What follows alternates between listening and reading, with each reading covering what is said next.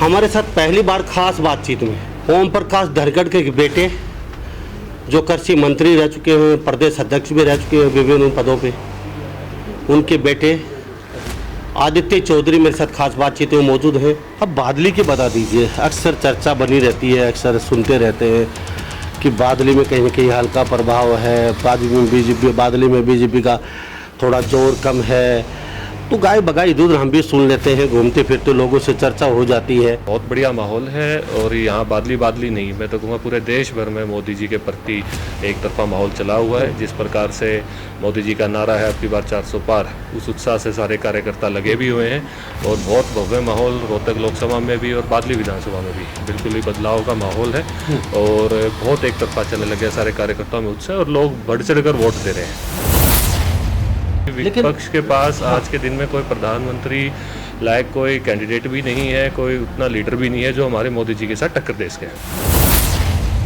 मैं बताना चाहूँगा कि अभी तक हमारे 45 गांवों का दौरा माननीय अरविंद शर्मा जी का यहाँ से जो प्रत्याशी उनका हुआ है। एक गांव में भी, जिसमें से ज़्यादा सर ये लगा लो आप 30 गांव जाट बहुल्य क्षेत्र के थे, एक गाँव में भी इतना सा भी विरोध हमारा नहीं हुआ। और पीछे भी जो 5 साल जो यहाँ से हम चुनाव हारे, उसके बाद हल्के को ये लगा कि भाई 5 साल हमारा हल्का पीछे चला गया। तो कहीं ना कहीं काफ़ी विरोध था पिछली बार आपके पिताजी हारे जब, क्योंकि कई गांव में आपके खिलाफ बहुत बड़े बड़े धरना प्रदर्शन चल रहे थे आपके खिलाफ काफ़ी, तो वो कमियां कहीं ना कहीं दूर कर पाई। देखो जी, मैं तो एक बात कहता हूँ, जो उलाना देव है तो इसका मतलब वो महाराज है। बाहर वाले रोड चलते पे कोई किसी ने उलाना ना दे। तो नाराज़गी हुई तो परिवार की थी और उसको नाराज़गी को हम दूर करने के लिए लगातार फील्ड में है। कोई हमारे में कमी थी उसको भी सुधारने लगे हुए और ये क्षेत्र को भी अब एहसास हुआ कि कहीं ना कहीं ये बादली वालों से गलती हुई, हमारी भी कई गलतियां थी, उनको भी हम सुधार रहे हैं। तो अब की बार खोसली से जीत रहे आप कह रहे हैं, बादली से वो जीत रहे हैं, तो हार कहाँ से रहे? ये तो भाई साहब मैं तो बता नहीं सकता, मैं तो ये कह रहा हूँ सारे जगह से जीतेंगे। दीपेंद्र हुड्डा और भूपेंद्र सिंह हुड्डा दोनों लगे रहते हैं अक्सर और ये अपना खुद का गढ़ बताते हैं। झज्जर, कलोई, सोनीपत, रोहतक, कलानौर। भाई साहब क्या है कि पहली बात तो किसी का कोई गढ़ नहीं होता, गढ़ होता है जी जनता का। 20 तारीख को योगी आदित्यनाथ जी जो मुख्यमंत्री हैं यूपी के, उनकी झज्जर के अंदर रैली है और मैं तो ये कहता हूँ कांग्रेस के साथियों को, भाई वो अपने भी स्टार प्रचारक बुला लें। राहुल गांधी की टिक वालों रैली क्या दिक्कत है? वो तो कहीं ना कहीं हमारे कैंडिडेट हैं, हम तो गर्व से बुलाते हैं हमारे प्रधानमंत्री कैंडिडेट को। क्या लग रहा है अभी 4 दिन में कुछ माहौल काफ़ी बड़ा चेंज होने वाला है? कुल जी मैं तो कह रहा हूँ सुनामी आ चुकी है, सुनामी चल रही है और आगे बढ़ेगी, वेव बढ़ने वाली है क्योंकि लगातार बीजेपी का चुनाव आगे बढ़ता हुआ जा रहा है। नमस्कार, स्वागत आपका हरियाणा न्यूज़ 24 पे। मैं हूं मुन्ना लांबा, मेरे सहयोगी हिमांशु लांबा के साथ हम मौजूद हैं बादली विधानसभा में, क्योंकि ये बादली विधानसभा में ज़रूर आते हैं, काफ़ी बड़े बड़े गांव हैं। हमारे साथ पहली बार खास बातचीत में ओम प्रकाश धनखड़ के बेटे जो कृषि मंत्री रह चुके हैं, प्रदेश अध्यक्ष भी रह चुके हैं विभिन्न पदों पे, उनके बेटे आदित्य चौधरी मेरे साथ खास बातचीत में मौजूद हैं और ढाकला गांव में डोर टू डोर का आज इनका प्रचार प्रसार अभियान है। सारे कार्यकर्ता मेरे साथ मौजूद हैं, पीछे देख लीजिए तस्वीरों में, नीचे भी काफ़ी लोग यहाँ मौजूद हैं। डोर टू डोर जाएंगे और लोगों से वोट की अपील करेंगे कि बीजेपी के वोट डालिए, 25 तारीख को आप बढ़ चढ़ के मत कीजिए। तो किस लिए मांग रहे वोट, कई विषय मेरे साथ पहली बार जुड़ रहे हैं और कई बातें हैं वो भी बातचीत करेंगे। आदित्य चौधरी जी, आपका बहुत बहुत स्वागत है हरियाणा न्यूज़ 24। धन्यवाद भाई साहब, धन्यवाद। आदित्य जी, आज प्रचार प्रसार ढाकला गांव में? जी बिल्कुल जी, हम लगातार जब से चुनाव का ऐलान हुआ है, सारी टीम हमने बादली विधानसभा के अंदर खुद के स्टार प्रचारक करके एक टीम बनाई है। जितने भी हमारे कार्यकर्ता हैं बादली के, रोज़ शाम को डोर टू डोर जाते हैं। चारों मंडलों की 4 टीम है, 100 गाँव है। अब अभी तक हमने लगभग 60 गाँव के आसपास डोर टू डोर हमने करा है। तो ये जो अभियान है आए दिन ऐसे ही आपका? हाँ, आए दिन ऐसे ही रहता है जी। मैं रोज़ बदल बदल के एक मंडल में जाता हूँ। 10 गाँव में मैं भी गया हूँ। बाकी हमारी टीम रोज़ शाम को सुबह जब भी समय लगता है डोर टू डोर अभियान कर रही है। तो खाली बादली संभाल रहे हैं या झज्जर भी साथ में कोसली भी संभाल रहे हैं? सारा है। मैं वैसे भारतीय जनता युवा मोर्चा के दायित्व से मेरे पास रोहतक लोकसभा का प्रभारी का भी दायित्व है, तो वहाँ भी बैठ के लेने जाते हैं रोहतक में भी, लेकिन बादली के ऊपर विशेष थोड़ा हम ध्यान दे रहे हैं। तो पहले बादली की बातचीत कर लेते हैं। आपके पिताजी यहाँ से अच्छे खासे वोटों से जीते थे, अब बादली की बता दीजिए। अक्सर चर्चा बनी रहती है, अक्सर सुनते रहते हैं कि बादली में कहीं ना कहीं हल्का प्रभाव है, बादली में बीजेपी का थोड़ा जोर कम है। तो गाय बगाई इधर हम भी सुन लेते हैं, घूमते फिरते लोगों से चर्चा हो जाती है। और एक जो धड़ा है वो मुखर होकर विरोध कर रहा है, बाकी तो सब वोट साइलेंट है। कहाँ जाएंगे, क्योंकि वोटर बहुत सियाने आजकल। हम उनसे पूछते हैं तो वो हमारी क्लास लेने शुरू कर देते हैं। आप बताइए, सब जगह घूमते हैं, चैनल चलाते हैं, क्या रहेगा, कहाँ वोट दें कहाँ नहीं दें, वो दिमाग को पढ़ते हैं। वो वोटर बड़े सियाने अब के और बहुत सोच समझ के वोट डालने जा रहे हैं।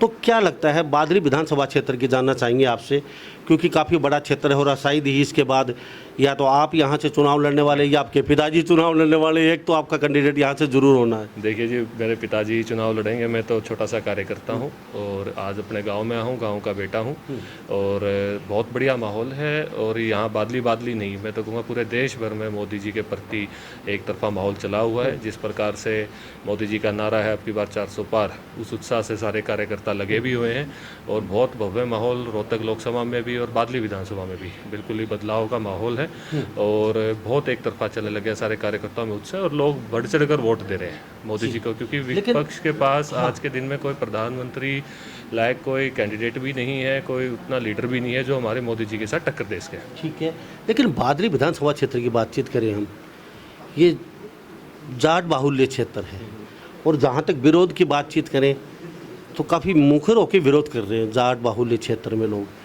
तो कैसे नैया पार लगेगी? क्या आपने जुगाड़ निकाला है यहाँ से जीतने के लिए?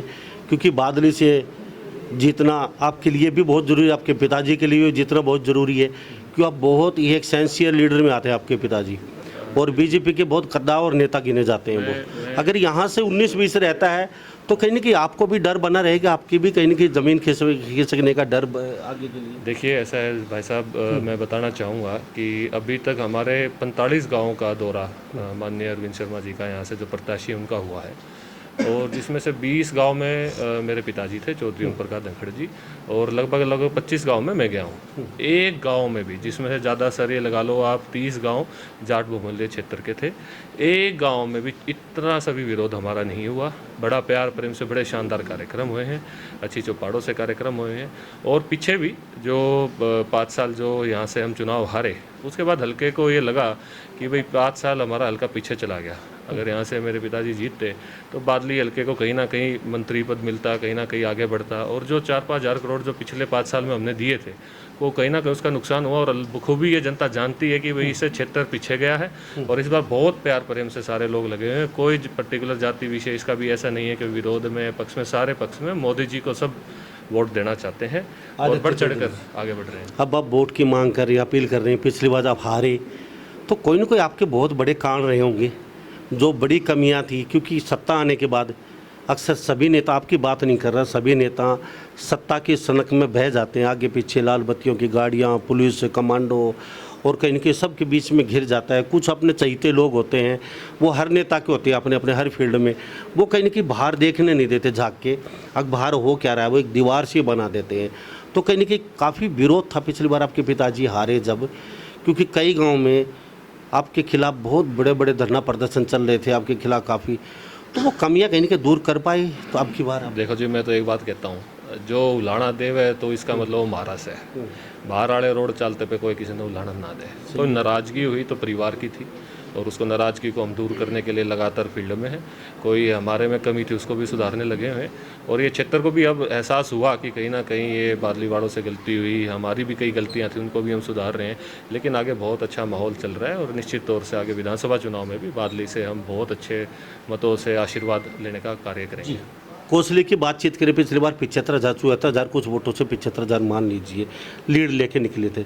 अहिरवाल क्षेत्र है, पता नहीं कहाँ क्या मूड है, अब की बार लीड कितनी रहेगी वो तो समय बताएगा, लेकिन आप यहाँ के नज़दीक हम बोल नहीं सकते क्योंकि कैमरे के सामने आप बोल सकते हैं। तो क्या लगता है बादली विधानसभा क्षेत्र में पिछली बार कितना मार्जिन रहा था?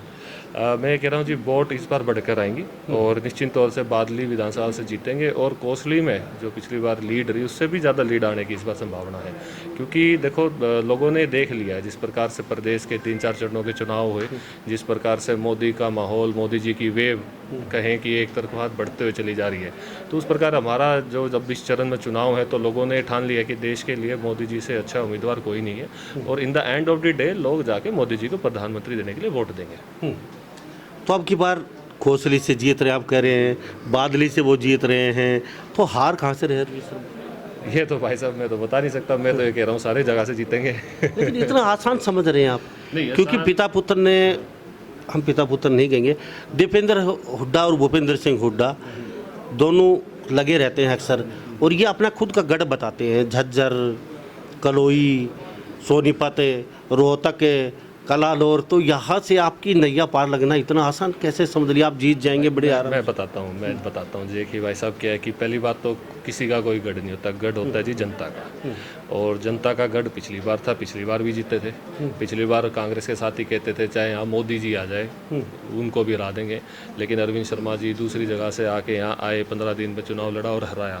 और इस बार वो लगातार रहे हैं, आए हैं और इस बार फिर से लोग उनको जिताने का कार्य करेंगे क्योंकि ये गढ़ जनता का गढ़ है और जनता ने ठान लिया है कि इस बार हम भारतीय जनता पार्टी और नरेंद्र मोदी जी को प्रधानमंत्री बनाने का काम करेंगे। तो चौधरी साहब एक बात तो हम मान के चल रहे हैं, यहाँ जो ऊपर जो यहाँ से सीटें जीत के ज़्यादा निकलेंगी, आने वाली सरकार भी वही होगी। तो आने वाले समय में क्या देखने को मिलता है? एक तो आदित्य योगीनाथ की रैली शायद हम सुन रहे हैं झज्जर में आप कर रहे हैं, योगी जी कल, मोदी साहब कल आ रहे हैं और भी कई आपके बड़े बड़े नेता स्टार प्रचारक यहाँ होंगे। तो क्या इनसे कुछ माहौल बदलने वाला है? बिल्कुल बनेगा जी माहौल। हमारे आदरणीय प्रधानमंत्री जी की रैली है गोहाना कल और उसके बाद 20 तारीख को योगी आदित्यनाथ जी जो मुख्यमंत्री हैं यूपी के, उनकी झज्जर के अंदर रैली है। और कल परसों यहाँ से मध्य प्रदेश के जो मुख्यमंत्री मोहन यादव जी उनकी भी कोसली में रैली हुई है और पुष्कर सिंह धामी जी की भी महम में रैली हुई। तो लगातार स्टार प्रचारकों के कार्यक्रम हमारे पूरी लोकसभा में, पूरे हरियाणा भर में होने लग रहे हैं और उससे एक माहौल बदलेगा। और मैं तो ये कहता हूँ कांग्रेस के साथियों को, भाई वो अपने भी स्टार प्रचारक बुला लें, राहुल गांधी की टिकवा लो रैली, क्या दिक्कत है? वो तो कहीं ना कहीं हमारे कैंडिडेट हैं, हम तो गर्व से बुलाते हैं हमारे प्रधानमंत्री कैंडिडेट को और उससे बहुत प्रभाव पड़ेगा और इलेक्शन कहीं ना कहीं आगे बढ़ रहा है और बहुत अच्छे रिजल्ट इस बार आने वाले हैं। अच्छा, एक बात निकल के आती है, कई बार कई गाय बगाए सुन लेते हैं कि ओम प्रकाश धनखड़ बहुत बड़े चेहरा थे बीजेपी के, वो प्रदेश अध्यक्ष थे, एकदम बीजेपी ने कहीं उनको बैकफुट पे धकेल दिया, अब उनके पास कुछ नहीं बचा, तो वो भी अंदर खाते कहीं ना कहीं विरोध करेंगे, कहीं ना कहीं वो बीजेपी को कहीं ना कहीं सेंध लगाने का काम करेंगे।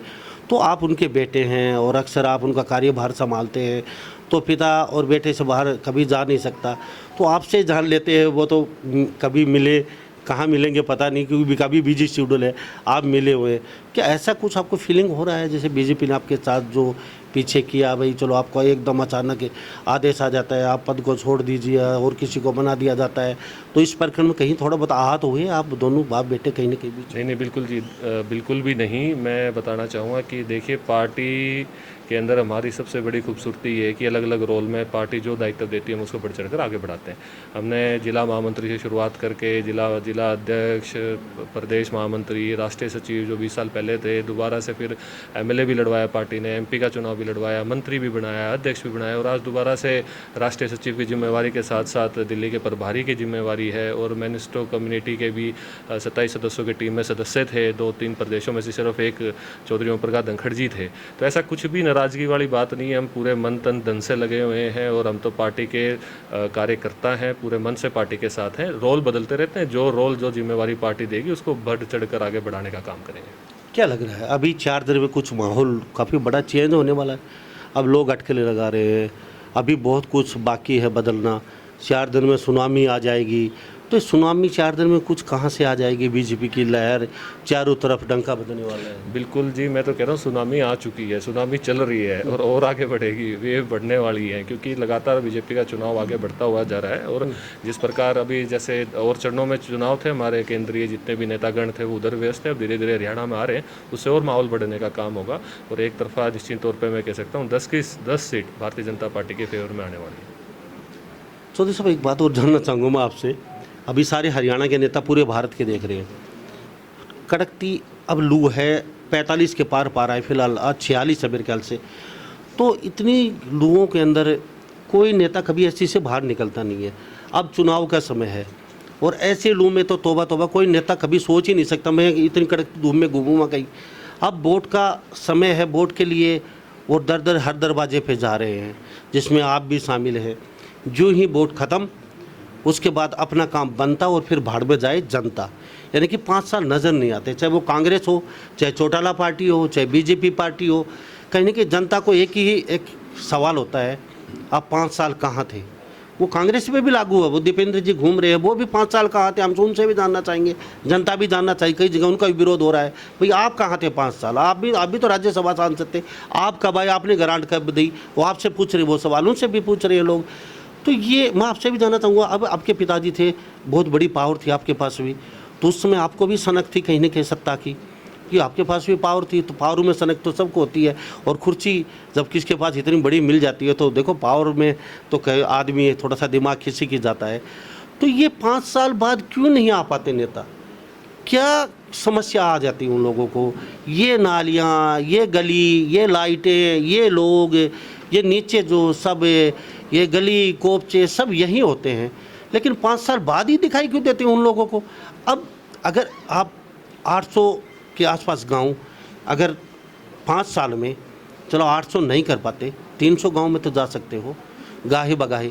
कहाँ क्या समस्या होती, क्यों नहीं आ पाते आप? देखिए जी, मैं किसी और की तो बता नहीं सकता, लेकिन मैं तो लगातार फील्ड में रहता हूँ, मेरे पिताजी भी लगातार फील्ड में रहते हैं, चाहे वो अध्यक्ष थे, चाहे वो मंत्री थे, मंत्री से पहले, चाहे अब हैं। लेकिन उस फील्ड में आपका रहना दूसरा तरीके का था। गाड़ियाँ जा रही हैं, पो पो पो चो चो चो चो, कौन गए? ओम प्रकाश धनखड़ निकल गए, 20 गाड़ियों का काफिला, और आप बीच में आपकी गाड़ी, आगे पीछे पुलिस की गाड़ियाँ, ये कौन गए? बोलो धनखड़ साहब गए। तो उस समय अलग वो फील्ड का माहौल होता है। नहीं जी, बिल्कुल, हम तो देखो फील्ड में रहे हैं जी। गांव है मेरा, मैं तो गांव में बल्कि महीने में आता रहता हूँ 3-4 दिन, हफ्ते के अंदर 7 दिन हम हल्के में ही होते हैं। और कोई, मेरे बाबूजी भी, मेरे पिताजी मंत्री थे तब भी, बिल्कुल बिना उसके, कोई बिना कारकेट के चुपचाप लोगों के बीच में आना जाना, निरंतर फील्ड में रहना हमने तो लगा के रखा है। और आगे भी इसी प्रकार, क्योंकि ये तो मेरा परिवार है जी, और परिवार के रूप में आते हैं, परिवार के सदस्य के रूप में हल्के की सेवा कर रहे हैं, और इसी प्रकार आगे भी हल्के की परिवार के रूप में सेवा करते रहेंगे। आप चौधरी साहब आज जो आ रहे हैं ना, अब वादा कीजिए कैमरे के सामने, कल आपकी सत्ता आती है, पावर आती है आपके पास, इसी तरीके से आएंगे, बाहर पुलिस का, बॉडीगार्डों का अमला जमला नहीं होगा। आज आपको कोई खतरा नहीं है, कल क्या खतरा शुरू हो जाता है? अब दुष्यंत चौटाला से ले लीजिए, अब वो अकेले घूम रहे हैं फील्ड में, और कल उनके पास पता नहीं मोबाइल जैम्बर अलग, कितने कितने कमांडो ब्लैक ड्रेस पहन के घूम रहे थे। जब उनको इतना खतरा था, आज उनका कोई खतरा नहीं है। तो आप सिंपल तरीके से क्यों नहीं आ पाते नेता? लोगों से अपने दिल का दिल क्यों नहीं मिला पाते? क्यों उनकी समस्या क्यों नहीं सुन पाते लोग? देखो जी, मेरा परिवार बिल्कुल सिंपल तरीके से रहता है। आप चाहे पूछ लें, मेरे सारे कार्यकर्ता हैं, परिवार है, हम तो जिस नुए रहे हैं सदा। और रही बात और किसी की, वो कैसे रहे कैसे नहीं रहे, हाँ कुछ कॉन्स्टिट्यूशनल पोस्टें होती हैं, जैसे दुष्यंत जी जैसे भी आए, अब मेरे को नहीं पता, लेकिन डिप्टी सीएम थे उस समय, डिप्टी सीएम की सिक्योरिटी का था, अब अकेले घूम रहे हैं मुख्यमंत्री, अब वो है नहीं ना, डिप्टी सीएम हट गया। उस समय क्या खतरा था? वही लोग हैं, आज भी वही लोग। खतरे का विषय जो उनके प्रति है या नहीं मुझे नहीं पता, लेकिन जो मान लो मुख्यमंत्री हैं या फिर एक्स मुख्यमंत्री है, वो सरकार का, संविधान का अलग तरीका है। लेकिन मैं तो अपनी बता सकता हूँ भाई साहब, हमारा पूरा परिवार जिस प्रकार मैं आज हूँ ऐसे ही पहले था, और आगे ही ऐसे ही रहूँगा। बीच में रहते हैं पब्लिक के बीच में, और बिल्कुल रमला ठमला हटा के आम आदमी की तरह रहते हैं, और उसी प्रकार ही लोगों का प्यार प्राप्त करते हैं।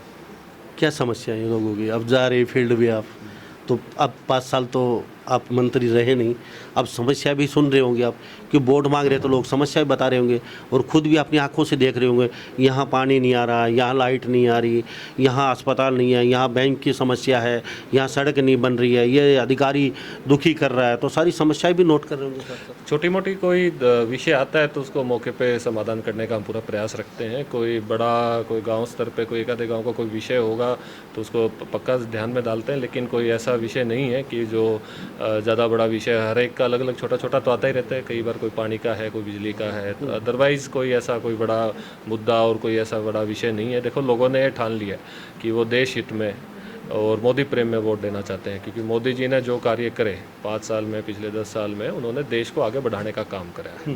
दूसरे देशों के राष्ट्रपति भी, प्रेसिडेंट भी, प्राइम मिनिस्टर भी मोदी जी को एक अलग रिस्पेक्ट से देखते हैं और लोगों के लिए इतने काम करे हैं, इतने काम, मतलब मैं बताने लगूंगा हो सकता है शाम हो जाए। धारा 370 है, चाहे राम मंदिर का विषय है, चाहे 80 करोड़ परिवार को फ्री राशन देने का कार्य है, किसानों को 6-6 हज़ार रुपये सम्मान निधि कोष देने का कार्य, ना जाने कितने कार्य मोदी जी ने करे और कर रहे हैं। छोटे मोटे विषय तो आते हैं, उनको हम मौके पर समाधान करने का पूरा प्रयास करते हैं। जी, आपका बहुत बहुत धन्यवाद जी, बातचीत की आपका कीमती समय लगे और सारे कार्यकर्ता इंतजार भी कर रहे हैं कि आप अभी चुनाव प्रचार में जाएगा। बहुत थैंक यू, दिल से थैंक यू सो मच, बड़ा अच्छा लगा बात करके, थैंक यू। तो हमारे साथ आदित्य चौधरी बने थे, ओम प्रकाश धनखड़ के बेटे, पूर्व कृषि मंत्री के खास बातचीत में थे। इस बारे में आप क्या सोचते हैं? सभी इन बातों के साथ मैं मुन्ना लांबा, मेरे सहयोगी हिमांशु लांबा के साथ हरियाणा न्यूज़ 24। नमस्कार, जय हिंद।